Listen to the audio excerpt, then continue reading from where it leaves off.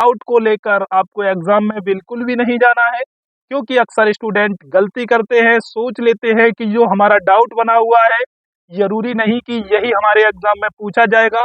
और अक्सर देखने को मिलता है जिन डाउट को हम क्लियर करके नहीं लेकर के जाते हैं वही हमको एग्जाम में देखने को मिलते हैं।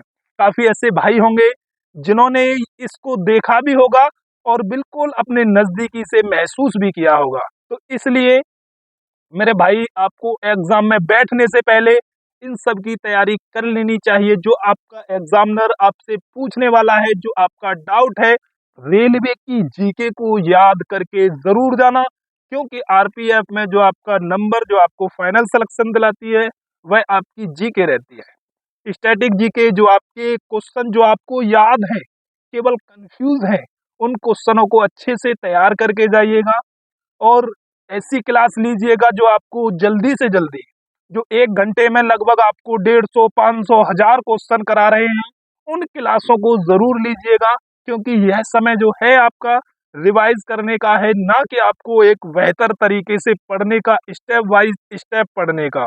वह समय निकल चुका है, तो फिलहाल आपको रिवीजन पर विशेष ध्यान देना है। मान लीजिए चक्रवर्ती ब्याज संबंधित जो सबसे बड़ा डाउट रहता है, मेरा भी था, तो मुझे लगता है कि यह डाउट आपका भी होना चाहिए। चक्रवर्ती ब्याज में जो किस्त होती है ना मेरे दोस्त, उसमें अक्सर भाई कंफ्यूज हो जाते हैं, और फर्स्ट चैप्टर अपना संख्या पद्धति क्लियर करके लेके जाइएगा। दूसरा, जो आपके एक व्यक्ति काम समय वाला जो क्वेश्चन है, जिसमें क्वेश्चन बनता है कि एक व्यक्ति 3 सही 4/7 समय में किसी कार्य को पूरा करता है, तो जो अपॉन वाले होते हैं उसमें अक्सर स्टूडेंट मिस्टेक हो जाते हैं, उस चैप्टर को जाके एक बार पढ़ लीजिएगा। दूसरा, कथन निष्कर्ष हुआ, ध्यान से पढ़ लेना।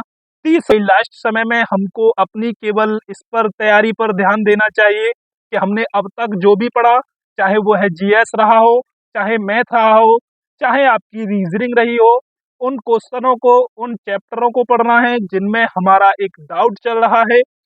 और हाँ, विशेष ध्यान देना, जब आप एग्जाम में बैठो उस समय आपके ऊपर बिल्कुल माइंड प्रेशर नहीं होना चाहिए, और आपको सदैव यही प्रयास करना है कि आप बिल्कुल प्रेशर से दूर रहें। अगर आप पर माइंड प्रेशर आ गया तो जान लेना 30% तो आपके क्वेश्चन ऐसे ही गलत हो जाते हैं। जैसे ही हम एग्जाम सेंटर से बाहर कदम रखते हैं, तब हमको याद आता है जो क्वेश्चन हमसे वहां नहीं बन रहा था, वह तो हमने चलते चलते सॉल्व कर दिया। तो उस प्रेशर से दूर रहना, प्रेशर में नहीं आना है, टेंशन फ्री यह बैठकर एग्जाम देना है कि हमसे सब कुछ आता है, हम पूरी तैयारी करके आए हैं और पेपर में 101% अपना सिलेक्शन लेंगे। ओके दोस्त, मिलते हैं नेक्स्ट वीडियो में, जब तक के लिए जय हिंद।